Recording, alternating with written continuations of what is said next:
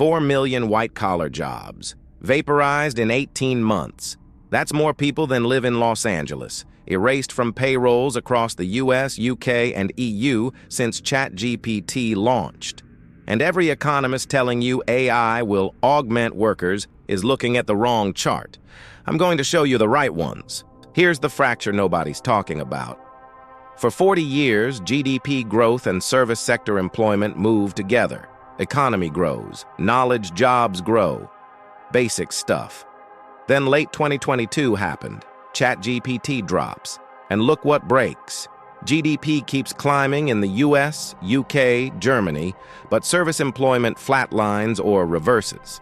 The United States added GDP growth of over 2.5% in 2023, while service sector hiring in knowledge industries went negative. This is the productivity employment decoupling economists said was decades away. It's here. It arrived on November 30th, 2022.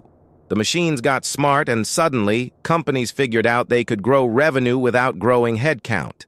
That's not augmentation, that's substitution, and it's happening in real time on this chart. Now, the counter-argument. Every AI optimist says the same thing. Technology always creates more jobs than it destroys. Look at ATMs, look at the internet. Cute. Also wrong, because when ATMs arrived, unemployment for college graduates stayed flat.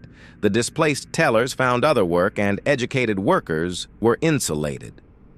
This time it's inverted. Look at unemployment among workers with advanced degrees. From 2005 through 2022, degree holders had the lowest unemployment rate in every country on this chart. Untouchable. Then 2023 hits, and the line bends the wrong way. In the US, unemployment for workers with advanced education jumped over 30% year over year. In the UK, degree holder unemployment is now rising faster than non-degree unemployment for the first time in recorded data. AI doesn't replace factory workers. It replaces the people who write memos about factory workers. That's the entire white-collar class. Where do the displaced go? They don't disappear. They pivot to freelance, because that's the only door left open. Self-employment as a share of total employment is spiking in exactly the countries most exposed to knowledge work. The US, UK, and Canada are seeing their sharpest self-employment increases since the 2008 financial crisis. This isn't the gig economy of Uber drivers. Look at the LinkedIn data underneath. Former product managers, copywriters, paralegals, junior analysts, all now labeled consultant or founder. It's disguised unemployment. India tells the flip side of the story. Self-employment is dropping because AI-augmented Indian tech workers are absorbing tasks previously done by Western knowledge workers at 1/5 the cost. The globalization arbitrage that started in the 2000s just got a 10x accelerant. Then there's the darkest chart, the one nobody wants to publish. Labor force participation, the share of working-age adults actually trying to work. Because if you stop looking for a job, you don't count as unemployed anymore. You just vanish from the statistics. Since late 2022, participation rates have decoupled across advanced economies. The US, UK, and Germany all show participation stalling or declining despite record low official unemployment. That's the sleight of hand. The jobs number looks fine because people aren't just losing jobs, they're quitting the labor force entirely. South Korea and Japan, where AI adoption in corporate white-collar work is fastest in Asia, are seeing the sharpest drops. When a 34-year-old McKinsey analyst realizes GPT-5 does 80% of her deliverable in 90 seconds, she doesn't retrain. She checks out. She put it all together, and one chart makes the verdict undeniable. GDP growth versus job growth. For 60 years, these lines rose together. In 2023, they split. The US grew GDP 2.5%.